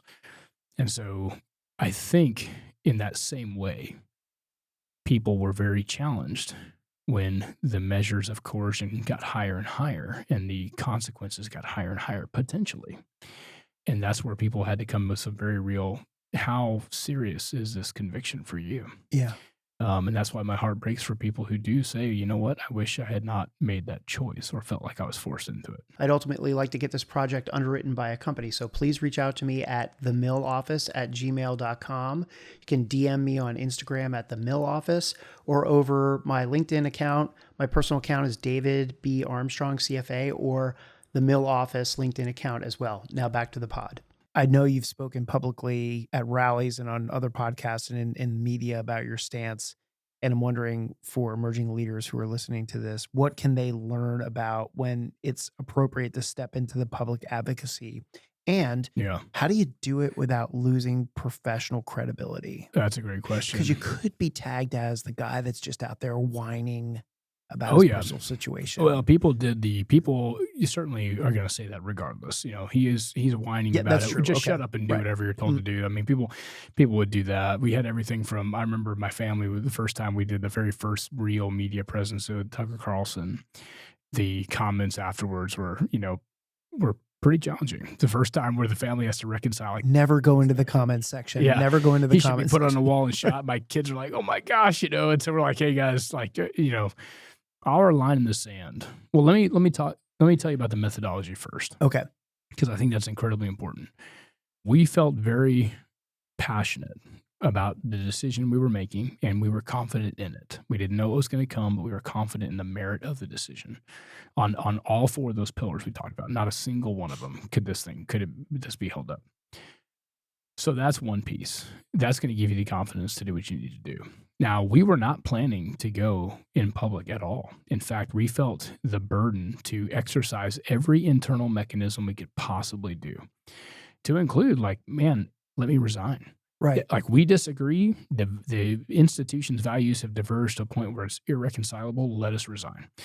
So they would not allow those things to take place. They would not allow an early retirement. They would not allow any of those things.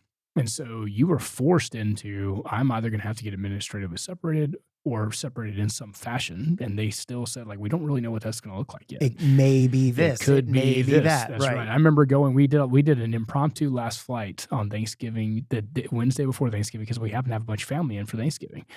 And the day before, they told us, or the Monday before, they said, our commanding officer brought us all into the room and said, listen, they're now talking about other than honorable discharges for all of you, which is quite significant, and they may not let you in a federal building on Monday.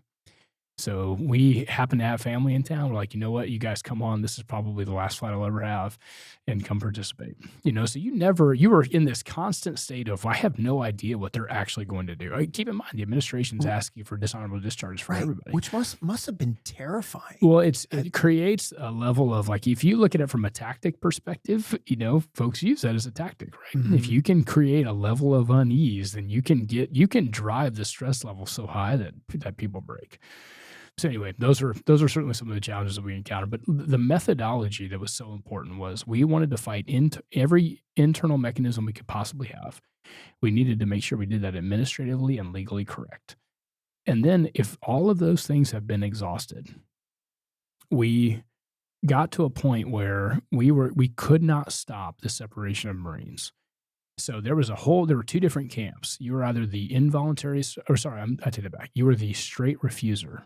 Okay. So if you said, I'm not submitting a religious accommodation, a lot of those guys were like, this has nothing to do with religion. This is illegal. So I'm just like, this is illegal, unconstitutional. I'm not participating. The other group, which I advocated for, had a burdened conscience and sincerely held religious beliefs that argued all four of the pillars. And so we exercised religious accommodation, and we encouraged others or helped them do the same. When we did that, our timelines were different.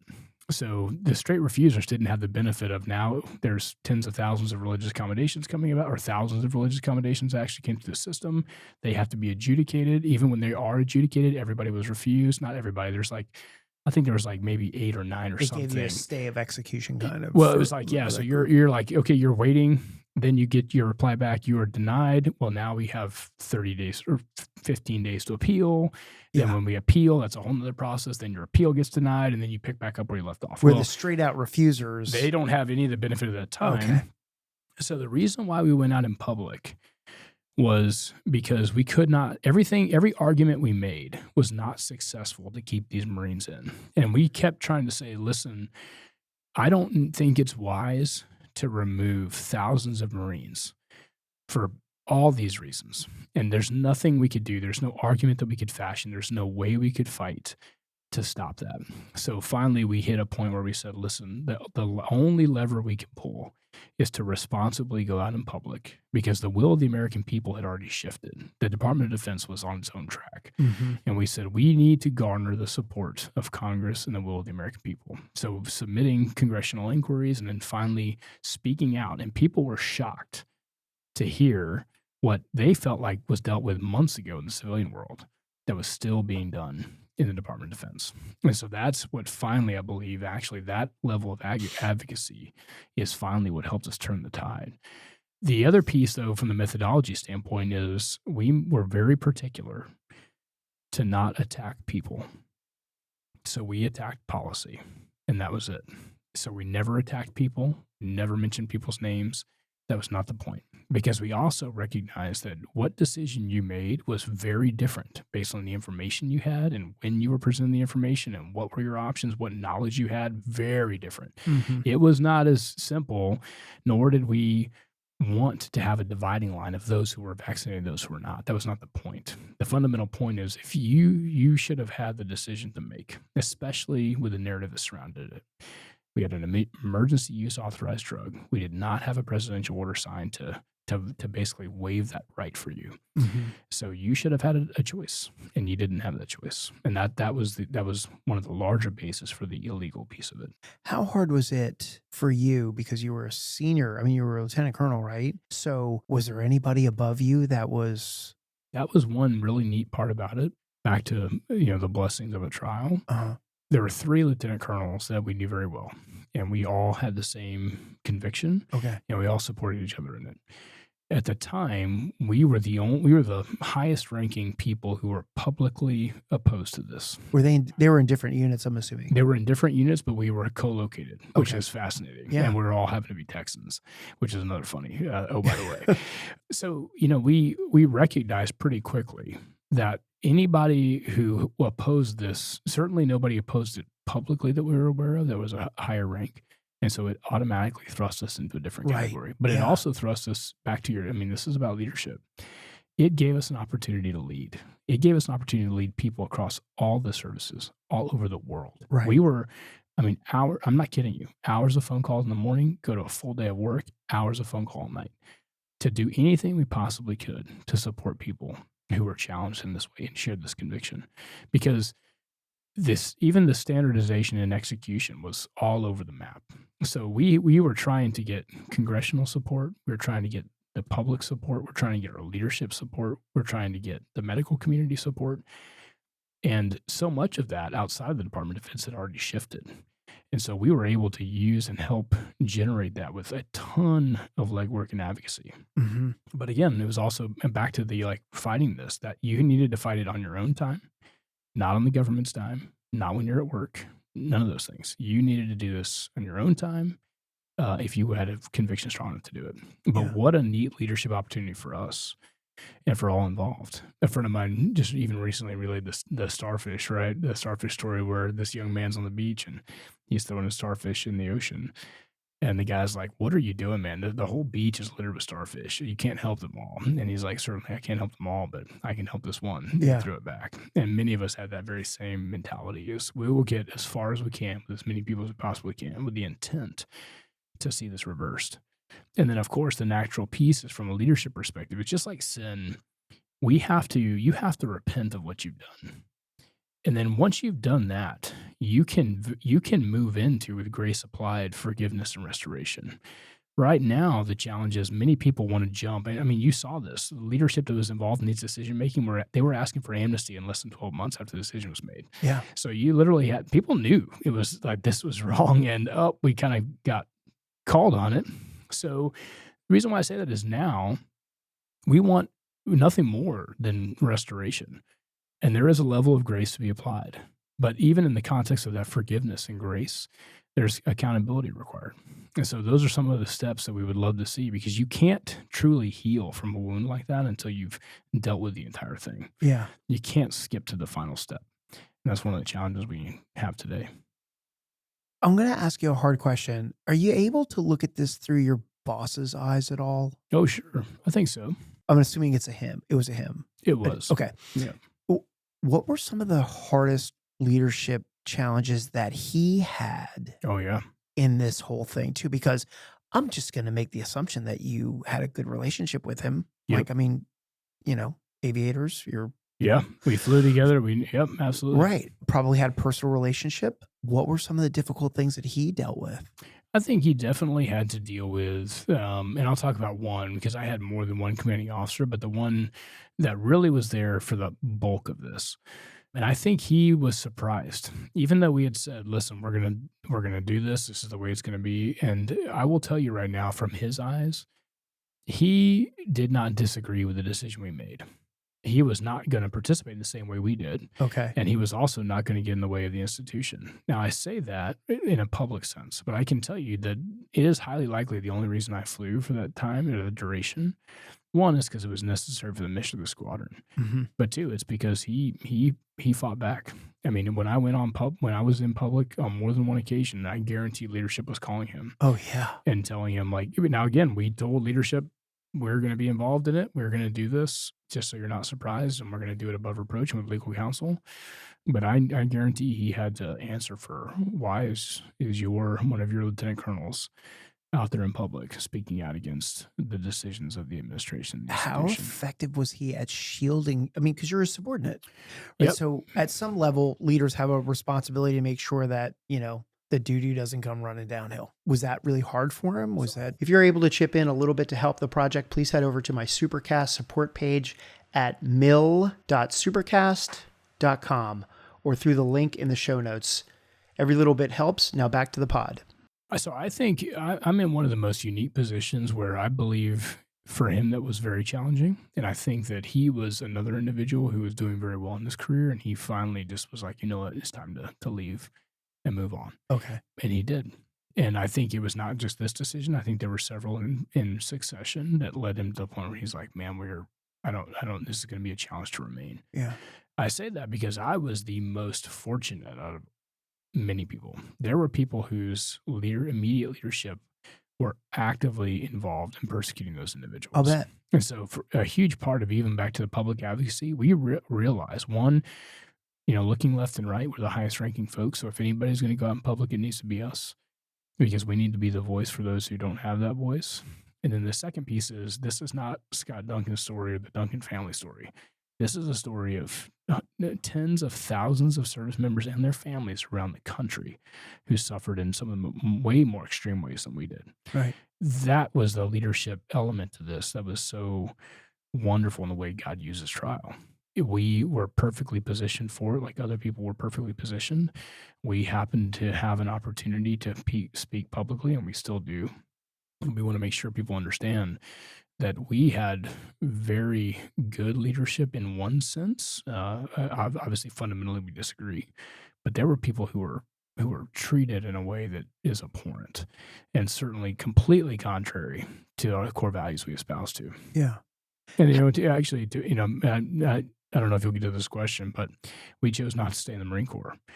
And we did that because, so for example, we actually saw it from start to finish, all the way to the NDAA being reversed, rescinding the mandate. So that happened in December. They were told December of 2022, you've got 30 days to correct all these records. So you're basically coming into the new year. So in May of 2023, I'll never forget, a different commanding officer at the time was like, Scott, you need to check your email. And I was like, oh, okay. And he's like, you really need to check it. You were on active duty? I'm on active duty still. So we went all the way from the, and then our command was pulled. We found out, the Marine Corps didn't even tell us. We found out from another individual that was like, hey man, I just saw somebody else got your squadron. And so the Marine Corps didn't even have the courtesy to say, hey Scott, we're take passing from you over. Right. And that happened pretty short order after my appeal was denied. And that was right after we kind of made a public presence. Go full circle now. It's May of 2023. Mm-hmm. And I get an email, and this is not an exact quote, but it's pretty close. Hey, Sonny, now that COVID's over, would you like your F-35 squadron command back? You're kidding. No. So at that point, and out of respect for the people involved, and we said, you know what? I'm going to talk to my wife. We're going to pray about it for a week, and we'll get back to you. And so we came back and we said, listen, here's the challenge. In one sense, the moral fiber of leadership has been exposed to some degree, and it's been left wanting. We can't submit ourselves to this leadership any longer. Like the Duncan values and the values of this institution have diverged to a point that they're not reconcilable. And not only that, but there's a very functional, real component to this, which is other people had already suffered.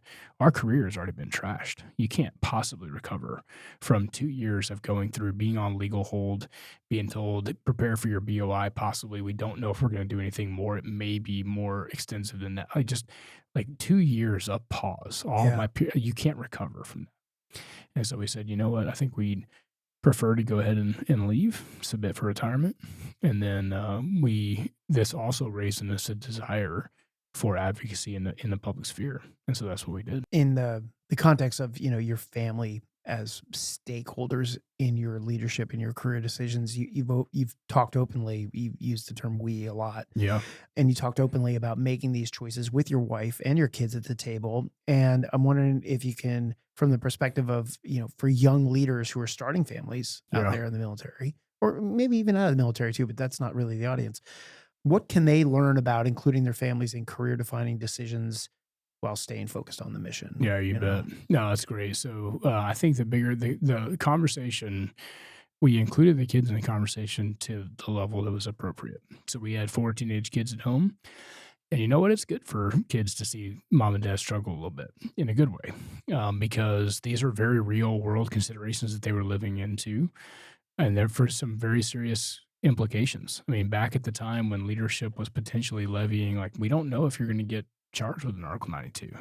And if you do, we had legal counsel telling us you could face 6 months in jail and a dishonorable discharge. And for leaders, what is Article 92? I think it's failure to obey a lawful order, if I'm not mistaken, but I don't quote me on that. I'm having a hard time remembering it too. I think that is it. Okay.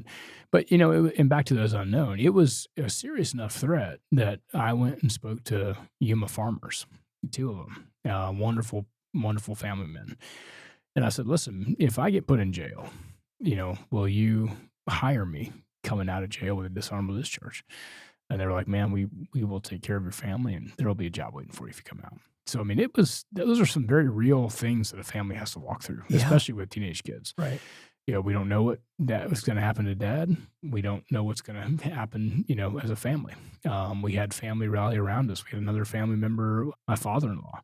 He was going to retire, and he's like, you know what, I'm going to stay and work because I may be the one supporting this family for a few months. It was unbelievable to see that level of support. But the kids, we let them know information that was appropriate to let them know. They didn't know every piece of the puzzle. They didn't know every decision. They weren't a party to every conversation. Yeah. But we let them know there are some real serious, real consequences for following your convictions. And your convictions are based on the solid truth of God's word. So don't deviate from that, and it may come at a cost. But any true leadership that is worth it, any stand for truth can come at a cost. Yeah. Now, I will tell you, though, that my wife and I, a tremendous amount, and not just, the 2 of us certainly, but the larger community, just an overwhelming volume of prayer, fasting, and an approach for this. Like, we are praying daily, every second, for wisdom, for discernment, for joy to walk through this. And our hearts were on one accord. And it goes back to the same discussion when we prayed for 3 years together, and then our hearts were one accord. It's the very same approach. So it's amazing how you look back on your life and you see how God has rewarded those steps of obedience, even when it comes at a cost. Can I ask you some questions about the legal side of it, your legal counsel side of it? Did you have to retain a civilian attorney? Were we represented by the Marine Corps? So they offered both if it was going to go to a board of inquiry. And so we did have a civilian lawyer, and we had groups that were willing to fight for folks pro bono. Mm-hmm. So that was really fantastic. And then we also they offer to you, if you choose to use it, counsel, uniformed counsel. Okay. But we never made it to a board of inquiry. We got to a point where, It's actually interesting because this was not even the original part of the discussion. When all of the religious accommodations got submitted, appealed, and denied, it was that infringement on the Religious Freedoms of Restoration Act. That infringement on religious freedom is what won us the preliminary injunction in court. Okay. So every single service won the preliminary injunction. And so the only reason why we were even hung on to is we entered into the class because we won. And the class was anybody who had submitted a religious accommodation and was denied, appealed, and denied. So then there was about 3,000 to 4,000 people per service that stayed in the service. That's the only reason why we did. We stayed all the way in, didn't go to a board of inquiry because we were basically in a stay or in a hold until it got adjudicated. And then finally, it got pulled, and Congress passed legislation in the 2023 instantiation of the NDAA to remove the mandate. For the legal leaders out there in the military JAG community, what sort of things did you see them struggle with as they represented you or gave you advice, or even were, I can't remember what it's called in the military, but when they're the prosecutors? Anyway, did you see some things that they struggled with? Was there some leadership, moral, ethical dilemmas that they faced with, did the defense count? I don't think the defense is the right term to use, but I'm not going to search for a better word. Did your attorney and representation struggle with their leadership putting pressure on them? I think at that point, to be honest with you, the only thing we saw by the time it got to the point where there were legal discussions to be had, if an individual had disagreed with the path that the service was on, they were already identified. Okay. And so I did not see any of the struggles, because at that point, by the time we interacted with any legal entity, those people were firmly on the side of, this is the policy of the institution. Yeah, that's right. Gotcha.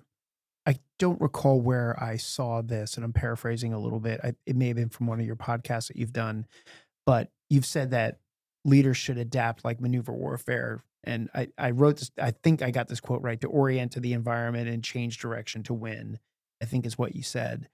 How can emerging leaders apply that mindset in leadership when the situation changes faster than policy? Yeah, you bet. So I think that was an example. I don't remember the context of that quote, but I will say what I believe that context is when the narrative did not support the decision any longer. So a perfect example: you need to go take the vaccine, or you need to get the vaccine because you're a health threat to yourself and your Marines and your family, and you're a health threat to your community. That was what was constantly said. Well, then you not only that, but you need to take the vaccine so you don't get sick. So a perfect example to maybe reorient or change is, as soon as people got sick who were vaccinated, it's like, maybe our assumptions are wrong here. And in fact, if somebody's willing to call that out, maybe their argument has merit. And that's where it's like, policy can't change fast enough. But if we had enough people who at the time recognized, like, man, this is not making sense. What I'm seeing in reality is not matching the narrative. In fact, the narrative just changed another 180 degrees in 3 months. At some point, you need to recognize that changing environment and have the courage to stand up against it. Because again, we saw people have to struggle with, you need to do this because this is what my leadership has told me to tell you. And then once people were like, well, yeah, but that doesn't make sense anymore. Look out in real life. Like, that's not happening. Right. You need to change. Like, nope, this is what's happening. You do what you're told. It's like, man, that just is not sitting well. And it was especially challenging when it shifted so frequently that the messaging couldn't even keep up with what was happening in real world. So at that point, I think that was a neat opportunity where leadership could have, and arguably should happen today, is look back at that time and do a review of what took place. It goes back to the original discussion on debriefing. We need to debrief COVID. We need to debrief how we handled it. Yeah, I don't think that's happened yet. Well, not even close. And when we're just barely having the discussions where people are finally willing to say, you know what, we need to do that. Again, it goes back to, a lot of people want to jump to the restoration stage, which we all want to get there, but you can't bypass the other stages. Otherwise, you're just putting whitewash on corroded walls. Yeah. You have to do the full exhaustive process. You have to understand who made what decisions. There has to be accountability. There needs to be forgiveness, and grace needs to be applied, and then there can be restoration. you can't jump to the final stage. You've now stepped into a transition. You're a senior executive service SES role now after 2 decades in uniform. Yes, sir. For emerging leaders, what can they learn about translating military leadership into civilian executive leadership? And I'll have a follow-on question for you after that. You bet. I think so. Leadership. The beautiful thing is, one, as a leader, we don't ever stop learning. Right? That's so we're true. Students of leadership all the time, and so there's not. I think really the active duty side was a wonderful blessing to prepare me for this next step. So there's a continuum of leadership, more so than stepping from one to the other. And in fact, I think it's a very perfect and natural segue into civilian leadership. I think it's wonderful to have been on the receiving end or recipient of policy for 20 years, and then now be in a position where we can begin to influence it the way it should go. Yeah. But I would say, generally speaking, those people who are willing to, the less than 1% of the country who are going to volunteer for service, their service doesn't stop. Like, you serve your country for a lifetime. Yeah. You're serving your country by having a wonderful family and a wonderful community. It looks very different. So for us, this just happened to be doors that opened with an opportunity. And we felt like from the very get-go, even though we left active duty, we had a burden to continue to serve. And if there was an opportunity to do so, we would take advantage of it. Yeah. And so we were happy to do it. So here's my follow-on. What's been your biggest surprise in this transition? And why is that a valuable lesson worth passing along to junior leaders and other service members? Oh, that's a good question. Again, back to the training piece. 20 years in uniform is a wonderful training mechanism for this next stage in life, especially service at a different level. The largest surprise, I think, is the level of complexity of every decision. There are a lot of things that you need to bring into consideration that as an active duty service member, you didn't have to. And so making sure that you're incorporating all the stakeholders in a way that brings them on your team so that you have the most momentum going forward you can possibly have is incredibly valuable. And that's done on a far different scale than it was ever done before. So I think that's one of the biggest lessons learned. Everything else, back to your point of the lessons of leadership over time, they all still apply. It's just a slightly different environment. Wrap up question here. What didn't I ask you about leadership that I should have? Oh, well, I mean, as students of leadership, I'm sure there's a fair amount, but I think we covered everything. Hopefully I covered or answered every question that you had. This has been great. Do you have podcast blackout? I mean, this has been 2 hours. No. It's what the best part is, doing it like this in the form of a conversation. Yeah. It's so much better to do this in person. So I just thank you for the opportunity to come here. This is great. This project wouldn't exist if I didn't have people that came on and really wanted to talk about hard questions and things that they did right and things that they did wrong in their career. And thank you so much for being the first Marine fighter pilot to be on. I mean, my gosh, it's taken me 4 years to get somebody to say yes, but here we are. Hopefully I'll get more. All you general officers that are listening, why don't you reach out to me and come on the show? But anyway, quick plug there. But no, thanks a lot. This has been great. My only experience to your side of the community is watching you come screaming at the ground and dropping bombs and saying, one's off safe. And exactly. And keep asking me why I'm not clearing you hot while you get sweet on the tanker. Right. But yeah, exactly. That's right. Yeah. We'll have to share some stories at another time on that stuff. But yeah, it was great. But thanks so much for coming on. I really appreciate it. Thanks for having me, Dave. It was a pleasure to be here. Thank you.